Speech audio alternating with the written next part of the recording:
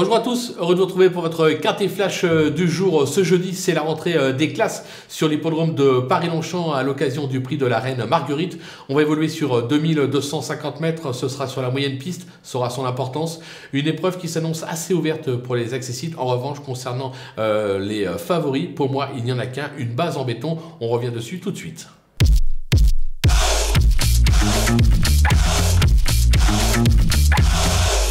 Allez, c'est parti avec la base, le numéro 8, Utamaro. Irréprochable ces derniers mois, il cherche sa course à ce niveau. Il s'adapte à tous les profils de piste. Il doit encore lutter pour le podium. Mieux, il doit tout simplement s'imposer. D'ailleurs, je vous conseille d'aller le tenter en simple gagnant placé sur theturf.fr. La cote peut être très intéressante.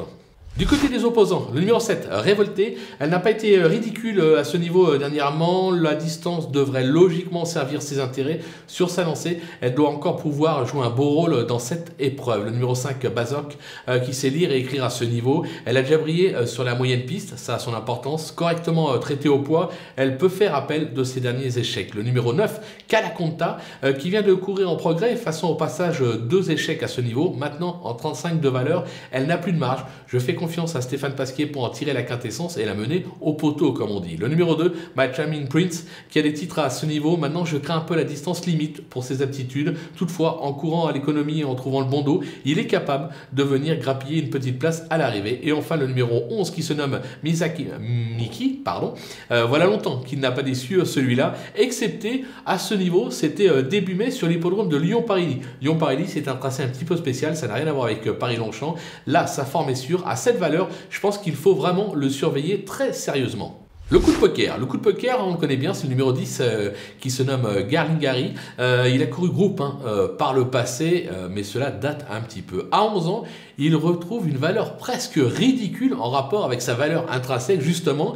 L'entourage dit que le cheval est plutôt pas mal, que ses dernières courses ont servi ses intérêts. Sur un malentendu, ça peut être amusant, il peut même y avoir une petite cote sympathique. Les outsiders, avec le numéro 4, Replenish, la constance n'est pas son fort, mais sa forme est sûre, et il est compétitif à cette valeur. Alors, je pense qu'il est totalement barré pour la gagne. Maintenant, pour les places, attention à lui. Le numéro 13, Bene Bene, sa forme est sûre, comme atteste son récent succès, ce qui lui coûte quand même 2 kg de pénalité. Maintenant, il a été supplémenté, ce n'est pas pour rien. C'est une affaire d'impression. Moi, mais j'ai la sensation que ça serait prendre un risque de l'éliminer un petit peu trop tôt. Le numéro 1, Monsieur Xio, son bilan quinté, une victoire et 8 accessibles en 14 tentatives. Il s'est classé 6e de cette épreuve en valeur 40 l'an dernier. Il est en 43 de valeur cette année et vient d'effectuer sa rentrée. J'ai longtemps hésité, mais comme c'est ouvert pour les places, je me dis ça serait dommage de l'écarter. Et enfin, le numéro 6, Captain de Cerisy. Alors, il a toujours déçu en 5 tentatives à ce niveau. Je le préfère sur le sable et sur les tracés de province. Je pense qu'il y a meilleur que lui au départ, mais attention, Yorit Menizabal lui sera associé. Il est en grande forme actuellement.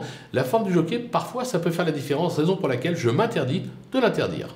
Du côté des délaissés, le numéro 3, Good Question, qui n'a franchement pas convaincu ces derniers temps et reste même sur un échec à réclamer.